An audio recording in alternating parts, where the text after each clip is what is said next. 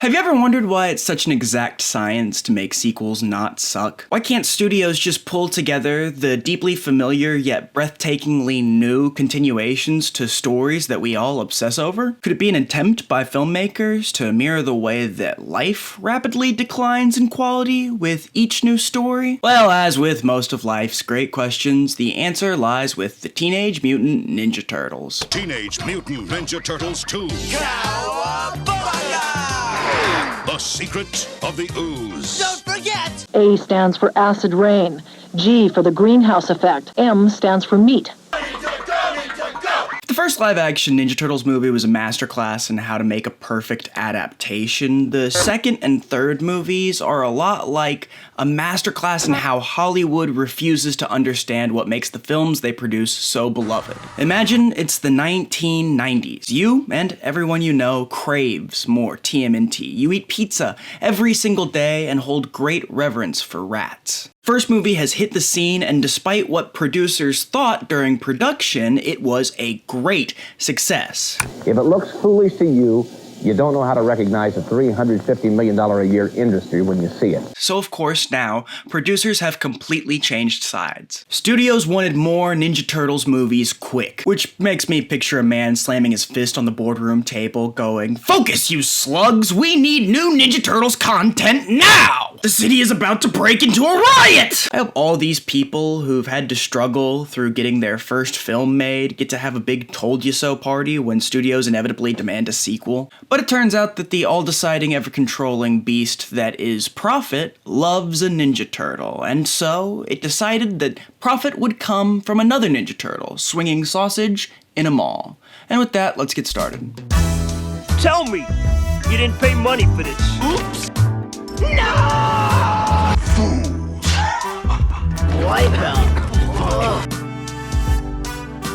Why? Oh, I don't know. So the first Ninja Turtles movie was the highest grossing independent film up to that point. People's hearts were in those sores. Tomorrow, Were you ever tempted to marry Cary Grant? Oscar winner Sophia Loren, nominee Jeremy Irons, Oscar hopeful Whoopi Goldberg, and a special appearance from the Ninja Turtles. Film producers' hearts never left the money, so it made them float towards the turtles like there was a pie on the windowsill. And here comes a story that you might be familiar with if you've ever liked a movie that got a sequel.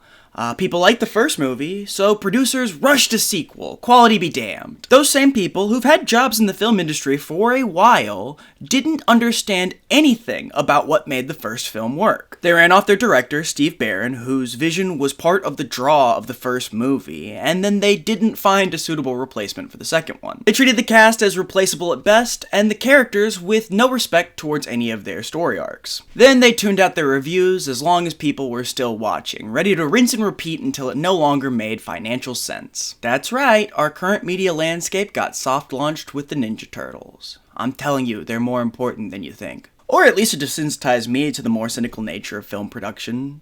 Secret of the Ooze was my favorite as a kid. Secret of the Ooze toned down the darkness of its predecessor and focused more on the goofy side of the characters. They Batman Forever'd it. The sillier tone ended up being one of the main criticisms levied at Ooze. Critics thought they didn't treat the Teenage Mutant Ninja Turtles with the gravitas that they deserved. And critics were right. Despite the movie having a bigger budget than the first one, it came back with lower profits. Jack Beresford sat down with producer Tom Gray to talk about what went wrong with Ooze. Gray said that without Barron, the creative drive just wasn't as strong. The producers were way more willing to make concessions than Barron was, as long as they had a movie with 4 guys in turtle suits that they could ship overseas, they were fine. Plus, they had a whole bunch of angry parents to contend with, and they decided just to give in. So the turtles goofed off more, they paid attention less, they used their weapons less, and used food more. They paid no mind to April's changing face, Casey Jones' disappearance, or the violence happening around them in general. But they would, like any of us, stop to watch Vanilla Ice perform. The stakes were definitely lower, not because the film didn't throw enough villains at us. We got Super Shredder, and we got Tokka, and Bebop and Rocksteady knockoffs. We got them, and they were cool, but they got defeated easily. The Turtles didn't take them seriously, so the viewer didn't really take them seriously. It all felt a lot more casual, and I think that's what got to me as a kid. The first movie is great because it takes the property very seriously and allows the Turtles to tell a more dynamic and interesting story, but it's also very heavy for a kid. If I was watching that as a kid, I thought that I had to sit down and pay attention because the Turtles were going through things, and I felt like I had to be there with them, going through them. Through my TV. Anyways, I had to sit still and watch the first one, and I hated sitting still. Sitting still. And I felt like I could just throw the second one on anytime I wanted to experience the Ninja Turtles without necessarily having to commit my entire focus to them. An unintended byproduct of the lack of sincerity in the film is that it kind of feels like hanging out with the Turtles. They crack jokes, hide from danger terribly, and constantly fight for no good reason. They're exactly what my friends and I would be like if we were Ninja Turtles. Granted, when I watched this movie back for this video, I did get pissed off throughout the majority of it because they weren't taking the Turtles seriously enough. There was a lot of wacky sound effects, just generally didn't give me. I watched it right after the first one, so I was like, oh, this is worse. They would repeat scenes from the first movie, but sillier. Every time the Turtles walk into a room, it looks like they're pretending to be ninjas. And the public agreed with me, which is crazy because I wasn't even born yet. I guess I'm prolific in that way. The best thing I could find said about Ooze was that it was an accurate depiction of teenage boys. Though, to be fair, that did get the film an 88% from this reviewer. So did they learn anything from Secret of the Ooze?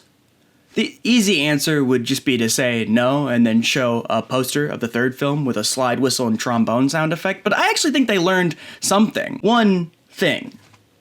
So they gave Teenage Mutant Ninja Turtles 3 to writer-director Stuart Gillard, who had a much clearer vision for what he wanted to do on the film. He wanted the Turtles to go back to ancient Japan.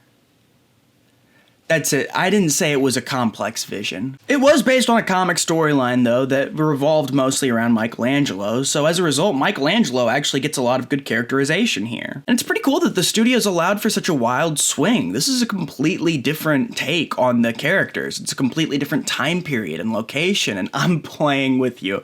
I'm pretty positive the reason the studios allowed this is because it was in Japan, so they thought it would sell better in Japan. The budget was higher on 3, but that didn't save it from the charm of a straight-to-VHS movie that you would find at your grandma's house and watch because it was the only one she had. It took itself more seriously than the second movie, which was definitely refreshing, although it did slow the film down to a crawl at some points. I feel like better intentions went into this film, but in the end it got bogged down with the same studio acting like a toddler demanding things that ended up getting the last one. But I'm only that forgiving because I'm a hipster. Everybody else hated this movie. The Angry Video Game Nerd did a video that's tied forever in my mind with this movie where he reviews it and then chops the VHS in half with a sword. And it's not easy to find much nicer takes. The best review I can find for this is just for a video game that shares the same name, Teenage Mutant Ninja Turtles 3. But finally, karma caught up to the producers, and this time they couldn't ship the movie out overseas for whatever reason, so they didn't end up getting that sweet, sweet money, and that pie was taken off the windowsill and the window closed on their fingers. Thus, the fire lit by the first movie flickered out with the third. According to Rob Lammle on Mental Floss, they were going to do a fourth movie that was going to revolve around the Turtles mutating even further and getting special superpowers. Only one of the potential names, the next mutation, would make it out of the pre-production process for that movie, as it would go on to a TV show that I will probably have to save for another time.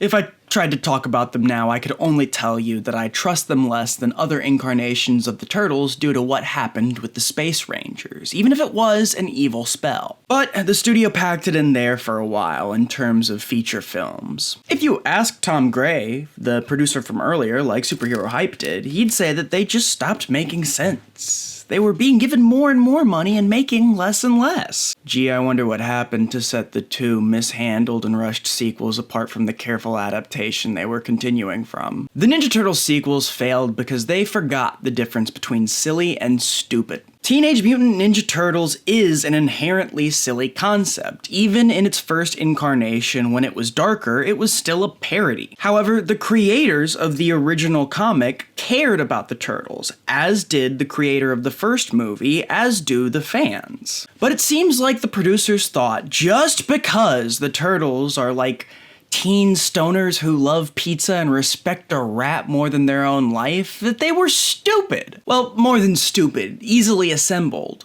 For kids.